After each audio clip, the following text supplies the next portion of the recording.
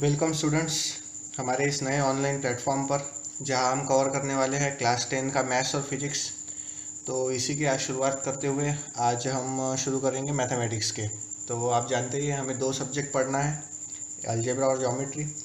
तो उसी सब्जेक्ट्स में जो हमारा सबसे पहला सब्जेक्ट है अलजेब्रा, आज हम उसका एक शॉर्ट इंट्रोडक्शन देखेंगे कि ये सब्जेक्ट बेसिकली है क्या, इसमें हम क्या पढ़ने वाले हैं, इसके एप्लीकेशंस क्या है।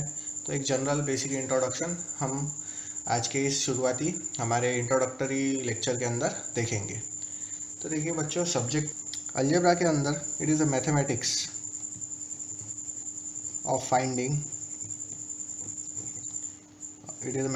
ऑफ फाइंडिंग अननोन क्वांटिटीज और नंबर्स। क्या करते हैं अलजेब्रा में हम बेसिकली अननोन क्वांटिटीज़ है, अननोन नंबर्स है, हम इनको फाइंड करते हैं।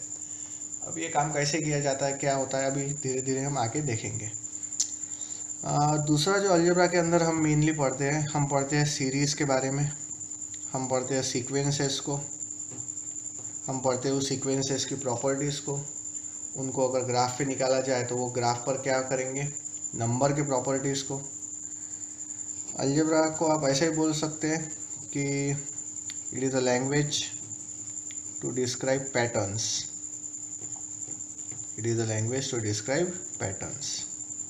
तो अलग अलग पैटर्न जो हम नेचर में देखते हैं उसे डिस्क्राइब करने की भी यही लैंग्वेज है।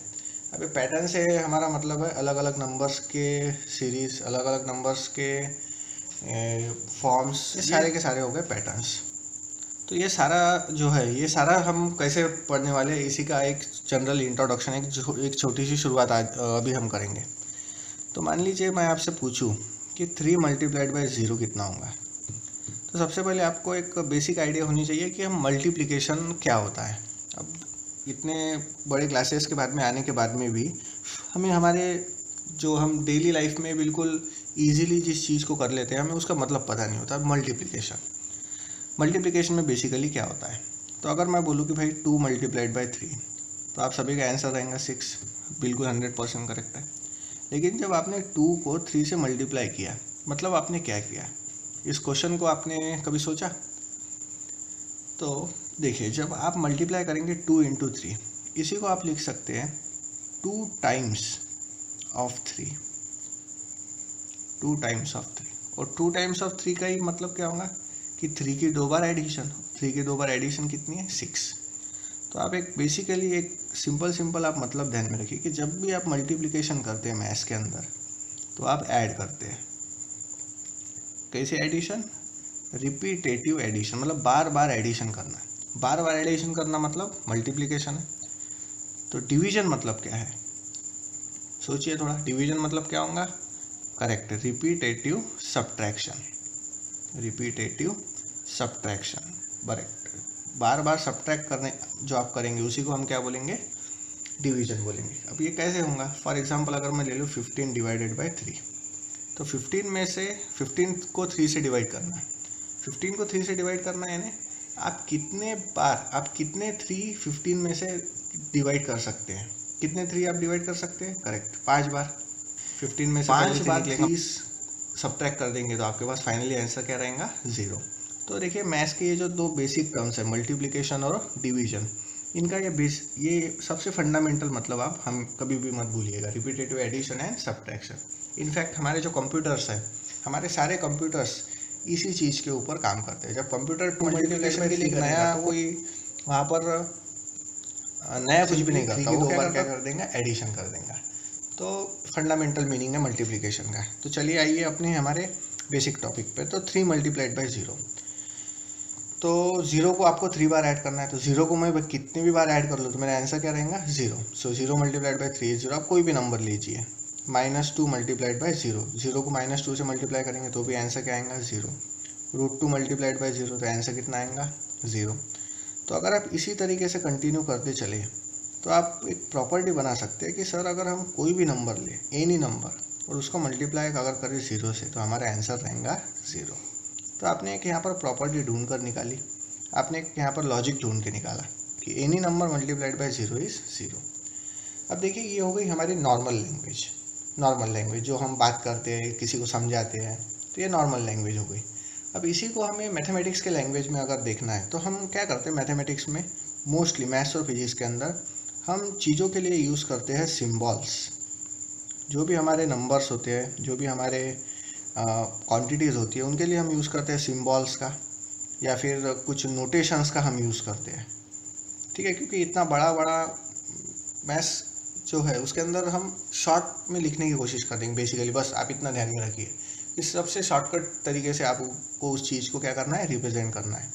तो ये जो सिम्बॉल्स और नोटेशंस आप यूज़ करते हो बच्चों, इन्हीं को बोला जाता है वेरिएबल्स। अब ये जो नाम आपने अभी सुना वेरिएबल, ये हमें बार बार बहुत सी बार आगे और देखने को मिलेगा, और पूरे अलजेब्रा के अंदर हम इस चीज़ के बारे में सुनते रहेंगे। तो वेरिएबल मतलब क्या है? वेरिएबल मतलब आपने एक सिंबल यूज़ किया, आपने एक नोटेशन यूज़ किया एक जनरल क्वांटिटी के लिए, एक जनरल क्वांटिटी को आपने सब्स्टिट्यूट कर दिया एक नोटेशन से, एक सिंबल से, उसे क्या कहेंगे हम, वेरिएबल। इसका एक दूसरा भी मतलब होता है कि इसकी वैल्यू क्या होंगी, वेरी होंगी, लेकिन ये बहुत ही जनरल मीनिंग है, इससे कंसेप्ट क्लियर नहीं होता। वेरिएबल यानी आपने एक सिंबल लिया, एक नोटेशन लिया, और जब आप उसको सॉल्व करेंगे आपको उसका एक आंसर मिल जाएगा। तो आइए देखिए, अभी हमने जो प्रॉपर्टी निकाली थी, इसे अगर मैं वेरिएबल के फॉर्म में लिखूँ, अगर बोलूँ कि ये जो एनी नंबर है, ये एनी नंबर मेरे लिए है एक्स, मतलब कोई भी नंबर जो है उसे मैं किससे डिनोट करूँगा, एक्स से। तो हमारी प्रॉपर्टी बनती है, देखिए, X multiplied by 0 equals to 0। अब ये जो बच्चों आपने लिखा है, इसे कहा जाता है मैथमेटिकल फॉर्म। मैथमेटिकल फॉर्म, कि इसका मैथमेटिकल फॉर्म है ये आपने ऊपर जो एक जनरल वहाँ पर प्रिंसिपल ढूंढ के निकाला था, उसी जनरल प्रिंसिपल को मैथमेटिकली हम इस तरीके से लिखेंगे। तो ये सबसे बेसिक एग्जाम्पल हुआ। ठीक है, ऐसे ही हमें बहुत सारे और भी एग्जाम्पल्स यहाँ पर हम देख सकते हैं। तो अगर आप देखेंगे अलजेब्रा का use day to day life में, डे टू डे लाइफ के अंदर भी बहुत ज़्यादा होता है डे टू डे लाइफ के अंदर। अब डे टू डे लाइफ के अंदर कैसा, एक एग्जांपल से समझते हैं। मान लीजिए आप एक कोई दुकान पर गए, और उस दुकान पर आपने शर्ट लिया, समझ लीजिए वो 1000 रुपीज़ का शर्ट है। आपको बोला गया कि अभी हमारे पास स्पेशल ऑफर चल रहा है कि 20% आपको मिलेगा डिस्काउंट। मान लीजिए आप दुकान पर गए, एक शर्ट खरीदा आपने 1000 रुपीज़ का, और आपको बोला जा रहा है कि 20% आपको मिलेगा डिस्काउंट। तो आपको उस शॉपकीपर को, आपको उस दुकानदार को कितने पैसे देना है, ये कैलकुलेशन आपको वहाँ पर आना चाहिए। तो चलिए देखते हैं, हम कैलकुलेशन करके देखते हैं कि 20% मतलब 20% ऑफ 1000, ये हमें कैलकुलेट करना है। अब ये जो परसेंटेज है बच्चे, परसेंटेज मतलब सिंपली जिसका डिनोमिनेटर होता है 100, परसेंटेज यानी एक ऐसा रेशो जिसका डिनोमिनेटर 100। किसके 20% निकालना है हमें, 1000 के। तो हम यहाँ पर ये 2 0 कैंसिल कर देंगे। अच्छा है, कैंसिल करना मतलब ये भी आपको समझ में आना चाहिए, कैंसिल कर रहे हैं मतलब हम डिवाइड कर रहे हैं। ठीक है, ये शॉर्टकट बार बार हम ऐसा नहीं बोलेंगे हम इसको डिवाइड करें फिर 10 आता, हम डायरेक्टली शॉर्टकट उसको कैंसिल कर देते। तो आपके पास क्या बचा, 20 × 10 and that is 200। So your discount amount is ₹200।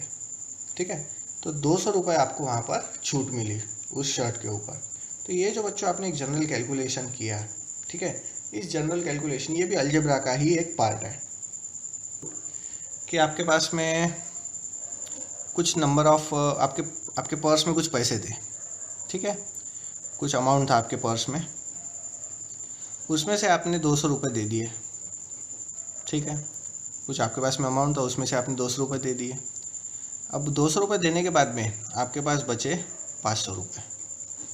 ठीक है, अब आपको अगर ये पूछा जाए कि आपके पास में शुरुआत में कितना अमाउंट था, कि सो दैट 200 रुपये देने के बाद में आपके पास 500 बचेंगे, तो एक सिंपल बेसिक मैथ्स है कि भाई कितने में से अगर मैं 200 निकालूँ तो 500 रुपये बचेंगे। ऑब्वियस आंसर है कि अगर भाई हमारे पास 700 रुपये है, 700 में से ही जब 200 निकलेंगे तभी जाकर आंसर क्या मिलेगा, 500। लेकिन अगर इसी को मैं अलजेब्रा के लैंग्वेज में लिखूँ तो मैं कंसिडर करूँगा कि भाई मेरे पास में जो पुरानी जो अमाउंट थी, जो शुरुआत में अमाउंट थी, वो थी x। अब उसमें से चले गए 200 रुपये, 200 रुपये आपने दे दिए मतलब वो क्या हो गए, कम हो गए, सब्ट्रैक्ट हो गए वो।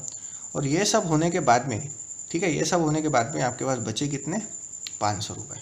ठीक है, और इसी को आप फिर आगे सॉल्व कर लेंगे, -200 को आप इधर लेके आएंगे, so that become 500 + 200 and that is equals to 700।